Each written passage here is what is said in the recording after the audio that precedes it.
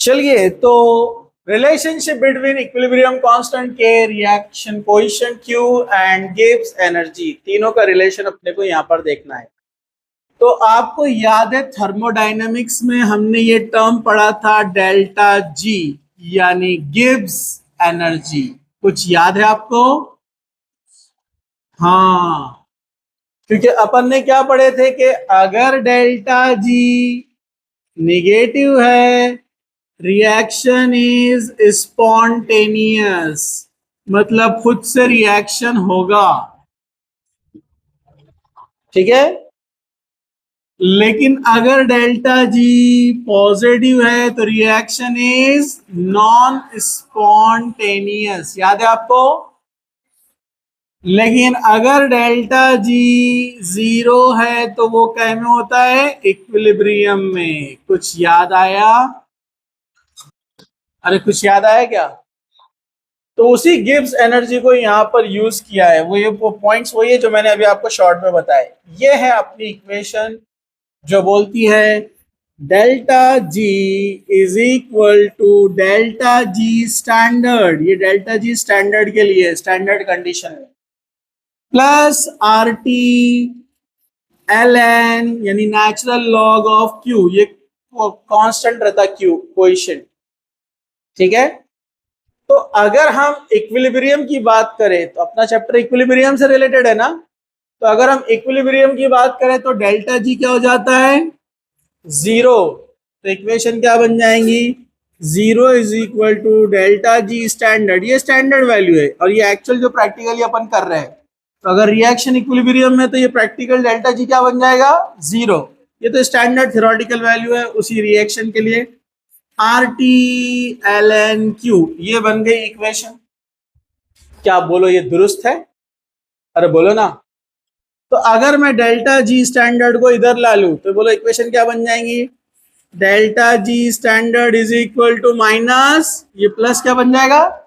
Minus. अरे delta G इधर लिए ना अपन ने, अरे बोलो ना, तो ये क्या बन जाएगा? Plus minus R T L N Q, ये भी अपन ने पढ़े हुए, नो प्रॉब्लम। अब ये जो एल एन क्यू है, अपन बोलते हैं क्यू मतलब कांस्टेंट, तो उसकी जगह अपन यहाँ क्या यूज करते हैं? के। जब हम के यूज करते हैं तो बोलो अपनी इक्वेशन क्या बन जाएंगी? Delta G standard is equal to minus R T L N K और क्यू एक ही से, क्यू भी कांस्टेंट के लिए यूज होता है, के भी कांस्टेंट के लिए यूज होता है। देखो यहां पर अब क्या करा उसने, एल एन के को यही रखा, माइनस आर टी को नीचे भेज दिया। बोलो ना, क्या उसने सही करा? अरे बोलो ना, माइनस आर टी को नीचे भेज दिया और एल एन को यही रखा। तो मैं एल एन को इधर लिख रहा हूं और इनको इधर लिख रहा हूं, तो क्या बनेगा बोलो? L N K is equal to minus delta G standard upon R T, मतलब माइनस आर टी को नीचे भेज दिया। समझ में आपको? बोलो ना। ये बन गई इक्वेशन। एक इंटीग्रेशन के अंदर एक पॉइंट है एक्सपोनेंशियल प्रॉपर्टी, क्या बोलते हैं उसको? एक्सपोनेंशियल प्रॉपर्टी, जिसमें एक्सपोनेंशियल बनाते हैं।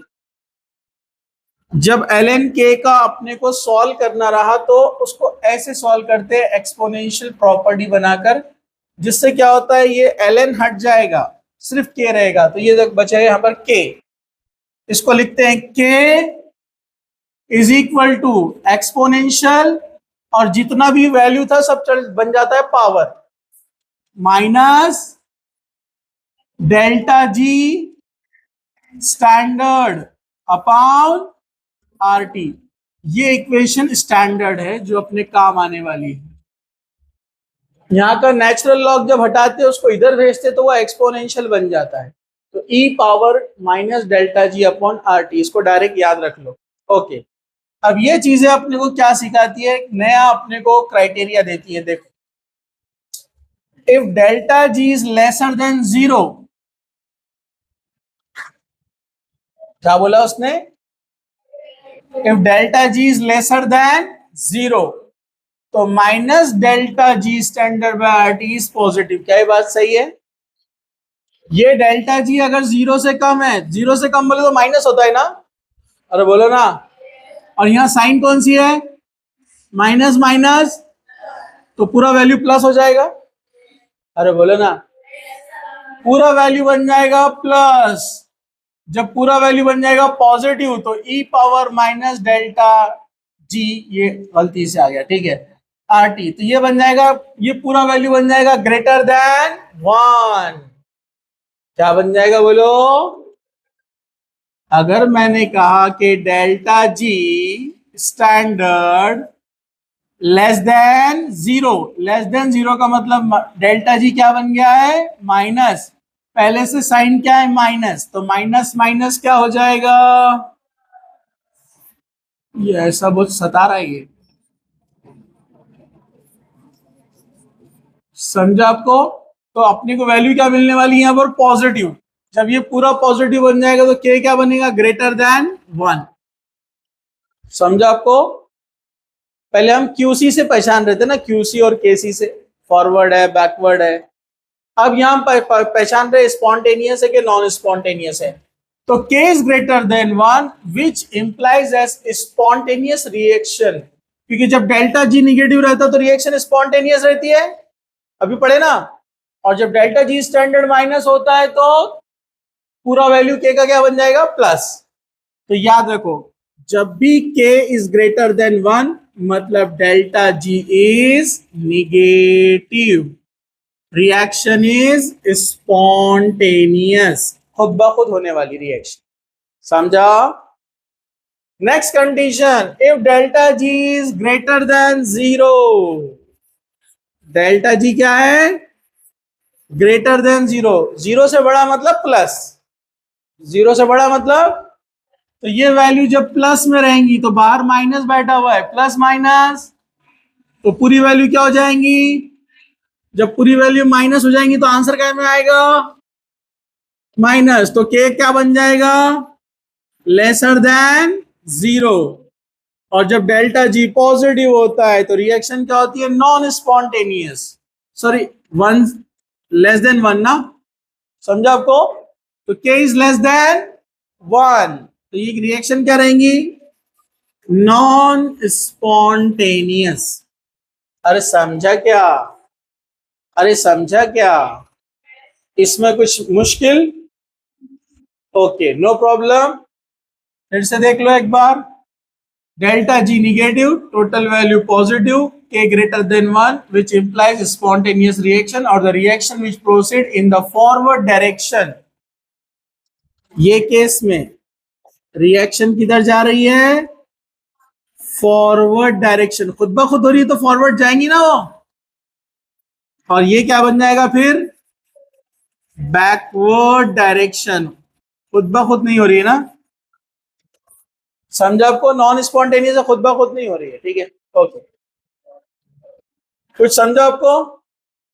No problem. तो चलो फिर प्रॉब्लम सॉल्व करते हैं, जब नो प्रॉब्लम तो राइट क्वेश्चन।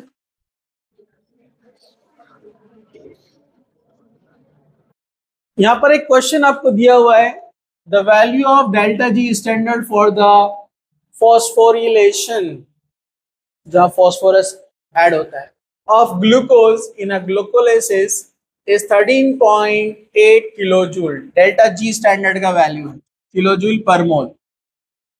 किलो जूल में अपने को जूल में कन्वर्ट करना है तो क्या लगाना पड़ता है? 10 टू पावर 3, और जूल से किलो जूल में आ रहे तो 10 टू पावर -3, ठीक है।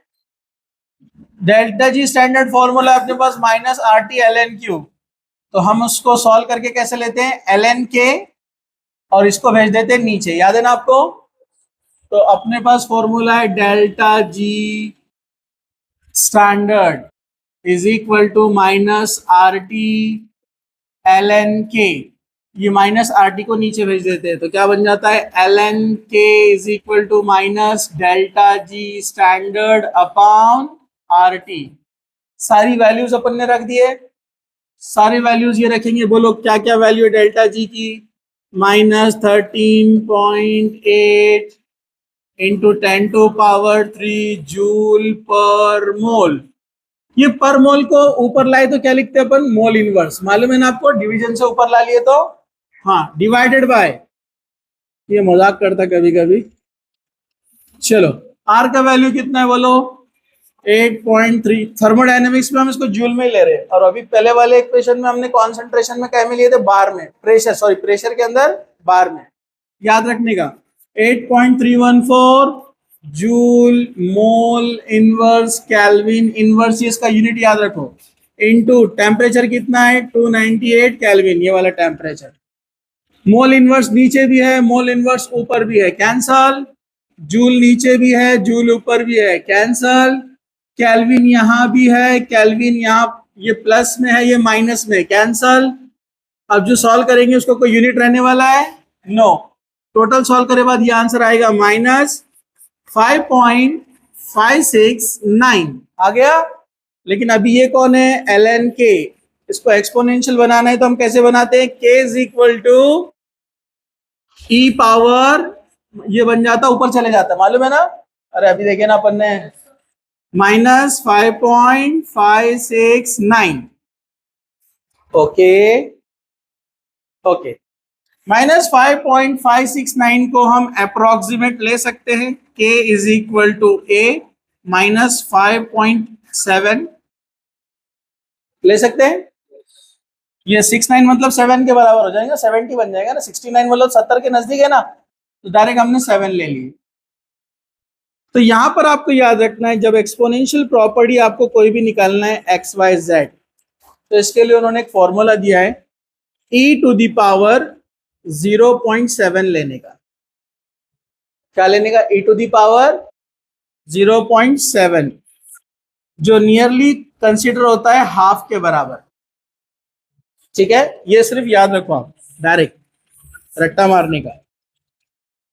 लेकिन अपने पास जो वैल्यू है वो कितनी है, 5.7। तो ये जो 0.7 है उसको लेने का, यहां पर 0.7, 0.7 को कितने से मल्टीप्लाई करें तो ये 5.7 के करीब जाएगा। मतलब ऐसा समझो, पॉइंट हटा दो, 7 को किससे मल्टीप्लाई करें तो 57 के नजदीक जाएगा एकदम। 8 से करना पड़ेगा ना, 8 से बराबर है कि नहीं है, 8 सते 56, 8 सते 56 मतलब 5.6, तो हम उसको अप्रोक्सीमेट 5.7 है तो 5.6 भी लिए, नो प्रॉब्लम, बहुत ज्यादा फर्क नहीं आएगा। तो ये यहां पर अपने को ये जो नंबर आया है ना, ये इंपॉर्टेंट है, ये नंबर जो आया ना, और 0.17 पावर मतलब हाफ। तो ये जो हाफ है, ये 1 की जगह यहाँ 8 को रख दो, सॉरी इस यहां पर इसको पावर बनाने का 8 टाइम्स हाफ का, ये जो हाफ है ना हाफ, तो यहां जो नंबर अपने को मिलेगा वो कैसे मिलेगा, इसके वजह से, बराबर है। तो यहां जो नंबर मिलेगा वो इसका पावर बनेगा हाफ का। तो बोलो, हाफ का पावर 8 टाइम्स, तो 1/1 का तो पावर 8 रहा, तो 1 ही बनने वाला है ना। यहां पर ये कितना बनेगा, 2 इंटू 2 इंटू 2 इंटू 2 इंटू 2, 1 2 3 4 5, जल्दी जल्दी करो, 6 7 8, जल्दी जल्दी सॉल्व करो, बताओ मेरे को, देखो अच्छे से ध्यान से। 256 बराबर है, 256 आया। अब 1 को 256 से डिवाइड करो,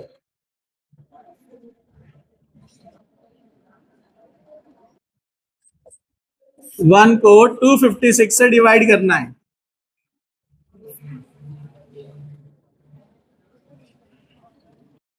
पॉइंट लगेगा तो 0 लगेगा, फिर और एक 0 लगेगा तो और एक 0 लगेगा, अरे बोलो ना 100 हो जाएगा, फिर और एक 0 लगेगा तो और एक 0 लगेगा, तो 1000 हो जाएगा ये 1। अरे बराबर है कि नहीं है, जब ये 1000 हो जाएगा सॉल्व कर सकते हैं ना। 256 वाले तो 250 के नजदीक ना, 250 4 1000 होता ना, लेकिन ये 250 नहीं है ना, 6 ज्यादा है, तो अपने को 3 लेना पड़ेगा ना। अरे बोलो ना, तो 0.003, और आगे जाएंगे तो और एक 3 आएगा, सॉल्व करेंगे तो 0.003, ये देखो आ गया answer, Kc is equal to 0.003 38 तक आएगा वो, अपन कैलकुलेट नहीं करे पूरा, 38 तक जाएगा बराबर, आता है वो। अब मुझे ये पॉइंट को इधर शिफ्ट करना है, यहां पर लाना है। कितने बार जाना है यहां से मेरे को? अरे बोलो ना। 1 2 3, 3 बार इधर जाना है तो पावर में नीचे आना पड़ता। अगर राइट में जा रहे पॉइंट को लेकर तो पावर में नीचे आते। तो यहाँ पर अभी 10 टू पावर 0 है, कुछ भी नहीं है, और नीचे आएंगे तो -1 -2 -3, तो 10 टू पावर -3, मतलब 3.8 इंटू 10 टू पावर -3। समझा?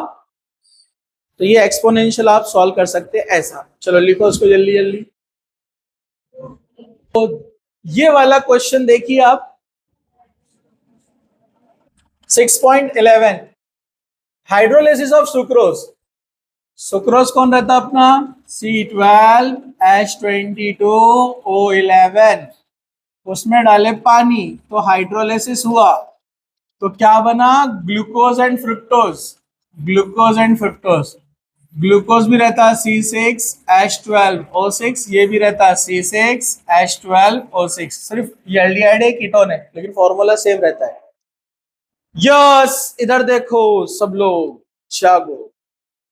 Equilibrium constant Kc for the reaction दिया हुआ है, टेम्परेचर दिया हुआ है, फॉर्मूला बचपन से आपको याद है, delta G standard is equal to -RT-ln-K, बराबर है, मतलब Kc जो निकाल रहे हैं अपन। हाँ तो बोलो R कितना दिया हुआ है? 8.314 joule kelvin inverse mole inverse into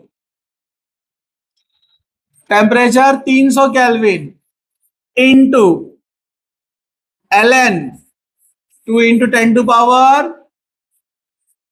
13 दिया हुआ है ना सब ये। हाँ, केल्विन इनवर्स और केल्विन कैंसल हो गया। अरे बोलो ना। हाँ चलो, अब ये ln की वैल्यूज अपने को याद नहीं है, तो मैंने क्या बताया कि ln को यानी नेचुरल लॉग को कन्वर्ट करना log 10 में। अब इसको अगर log 10 में कन्वर्ट करना है तो इसको कितने से मल्टीप्लाई करना पड़ता सबको? 2.303। तो आप लेंगे यहाँ पर ये माइनस वैल्यू जैसी की वैसी, 2.303 इंटू 8.314, ठीक है। जूल जैसे का वैसा, मोल इनवर्स जैसे का वैसा बाद में लिखेंगे अपन उसको, इंटू 300 इंटू, अब ये ln को क्या लिखेंगे अपन?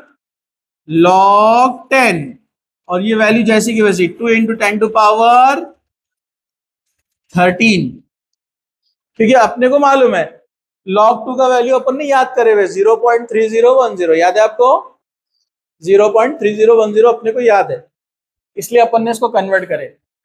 आप इसको पूरा सॉल्व करेंगे। अच्छा, इसका लॉग कैसे निकालते मालूम ना आपको? ये 13, बबलू कुछ नहीं समझेंगे अपने को, सिर्फ लिखा हुआ रहेगा। छुट्टियों में अपन उसको बेच सकते, किसको? गुड्डी के बाल वाला, कॉटन कैंडी वाला, महल्ले में आता, रद्दी लेता और गुड्डी के बाल देता, समझेगा? इधर देखो लेडीज, अरे इधर देखो, इधर एक को समझाने जाओ तो एक उधर निकल जाता। बकरियां रहते ना, मालूम आपको? हमारे टीचर बोलते थे टीचिंग मिले तो बकरी चराने का प्रोफेशन है। जैसे बकरियां चराते तो एक इधर निकल जाती तो भागते जाकर उसको लेकर आना पड़ता, फिर एक बकरी इधर चल जाती उसको लेकर आना पड़ता। मैं आप लोगों को बकरियां नहीं बोल रहा, एग्जाम्पल हो, एग्जाम्पल, ठीक है। इधर देखो, इसको कैसे सॉल्व करते? लॉग निकालना रहा तो इसका लॉग अपने को पता है, 2 का याद रख, मैंने 10 तक याद कराया ना आपको। हाँ, तो 2 का रहता 0.3010, तो इसको जब सॉल्व करने का तो इसके सर पे का जो बोझा रहता है ना नीचे उतारने का, 13 माइनस 0.3010, तो अपने को आंसर मिल जाता। अब जो आंसर आएगा इन सब से मल्टीप्लाई करने का, अभी टाइम कम है इसलिए कुछ शॉर्ट में, आपको टोटल आंसर मिलने वाला है -7.64 इंटू 10 टू पावर 4, और यहां पर अपने को मिलेगा जो यूनिट है जूल और मोल, बाकी था ना जूल मोल इनवर्स, ये आ गया डेल्टा जी, उसने निकालने के लिए बोला था। फटाफट लिख।